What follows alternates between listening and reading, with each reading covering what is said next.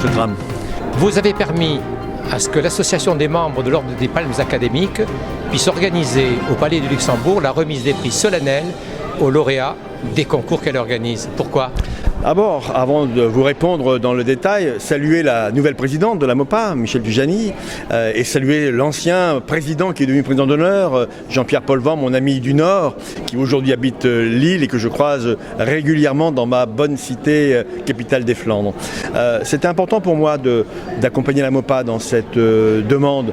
Il fallait un lieu prestigieux, un lieu républicain, même si nous sommes ici dans des bâtiments qui ont été imaginés par la royauté et la monarchie, mais très honnêtement, j'étais très heureux que le président Larcher accepte de vous accueillir parce que cette session nationale méritait un des plus beaux lieux. Et quelque part, le Sénat, qui est la chambre de la défense des territoires, est aussi la chambre de la défense d'une certaine idée de la République.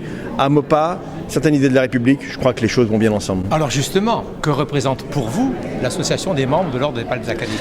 Palmes académiques, c'est le militantisme de beaucoup de bénévoles, mais c'est aussi la reconnaissance du travail des enseignants.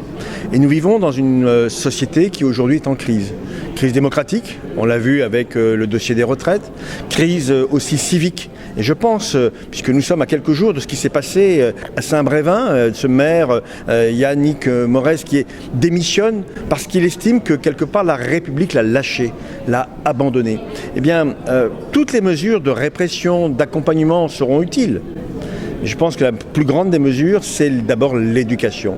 Et tout ce qu'on investit dans l'éducation, c'est ce qu'on n'aura pas demain à payer dans la réparation. Et je pense que c'est la philosophie de la MOPA. Et donc, je soutiens et j'accompagne la MOPA depuis de très nombreuses années, comme président du Conseil général du Nord au travers de la construction des collèges, mais aussi comme adjoint au maire de Lille quand j'étais en charge du projet éducatif global. J'ai beaucoup investi et j'ai eu comme partenaire efficace, loyal, permanent la MOPA.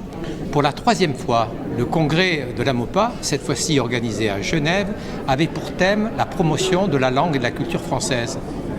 Quel sentiment cela vous procure-t-il ? Je pense que derrière la fierté d'être français, il y a aussi à défendre notre culture, notre langue, et finalement une philosophie, la philosophie des Lumières. Tant de peuples nous regardent avec envie.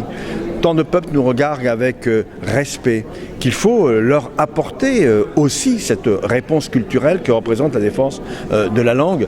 Je pense qu'aujourd'hui, l'éducation nationale devrait aller beaucoup plus loin que ce qu'elle fait aujourd'hui par rapport à la défense de la langue française. Alors qu'il n'y ait pas de malentendu, je comprends les débats sur les langues régionales, je comprends la défense des racines locales, mais la langue française, c'est la langue de notre union et c'est la langue d'un message philosophique, d'un message universaliste qui a été donné au monde.